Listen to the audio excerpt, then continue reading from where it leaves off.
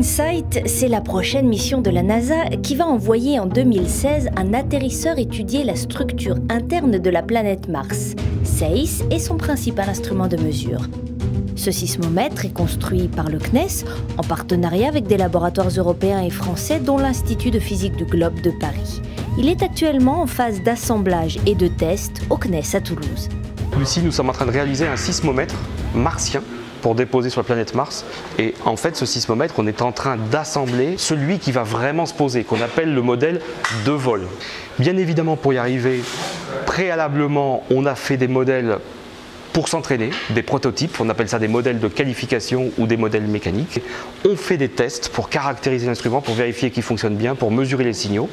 C'est ce qu'on fait au CNES, sachant que l'échéance approche de fournir le modèle de vol à la NASA pour qu'il l'assemble sur l'astronef. Donc la plupart de tous les sous-systèmes qui sont actuellement assemblés sont ceux qui partent sur Mars. Et de nombreux tests électriques, mécaniques doivent encore être menés en même temps que se poursuit l'intégration de l'instrument sur l'atterrisseur. Des tests qui se déroulent notamment en salle blanche, une salle stérilisée qui permet d'éviter toute contamination. Ici, on teste le câble qui va transmettre les données du sismomètre à l'atterrisseur InSight. Quand on déploie le sismomètre, le câble va être tendu et il ne doit pas y avoir trop de souplesse pour pouvoir le poser à l'endroit qu'on désire poser. Sur Mars, le câble ensuite, vous voyez, il est rigide, va être soumis à des variations de température assez grandes, assez importantes. Et il va donc se déformer en se contractant ou en se dilatant. Il pourrait pousser ou tirer le sismomètre. Et donc nous, vu de la Terre, on verrait une détection d'un mouvement. On ne saurait pas dire si ça vient du câble qui pousse avec sa déformation thermoélastique ou si c'est un tremblement de Mars. Donc pour empêcher que le câble pousse ou tire le sismomètre, cette boucle qu'on appelle une boucle de relaxation encaissera les déformations du câble sans que le sismomètre soit affecté. Au début, on n'avait pas notion de ça, il a fallu que les scientifiques fassent des simulations. Donc on a, en pleine phase de conception, introduit des modifications pour pouvoir mettre ceci. Voilà.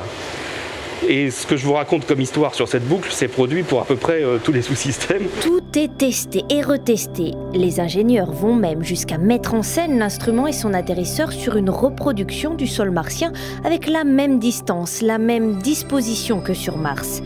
Mais pas question, bien sûr, de sortir le modèle de vol de la salle blanche. Les tests se déroulent donc sur un modèle de qualification, une réplique. Ici, on vérifie que les signaux radio émis par l'atterrisseur ne perturbent pas les mesures de SEIS. Jusqu'à l'installation sur Mars du modèle de vol, nous allons pouvoir retravailler ce modèle de qualification. C'est-à-dire qu'on va lui faire des modifications pour qu'il soit parfaitement identique au modèle de vol. On va pouvoir donc ainsi mesurer ici sur Terre des caractéristiques très fines qui vont nous permettre de mieux connaître son frère jumeau modèle de vol. Et puis, quand il sera sur Mars, tous les tests qu'on aura fait sur ce modèle de qualification nous auront appris beaucoup de choses, mais surtout, s'il y a une anomalie sur Mars, c'est très précieux d'avoir le frère jumeau qu'on garde sur la Terre pendant que le petit frère est sur Mars.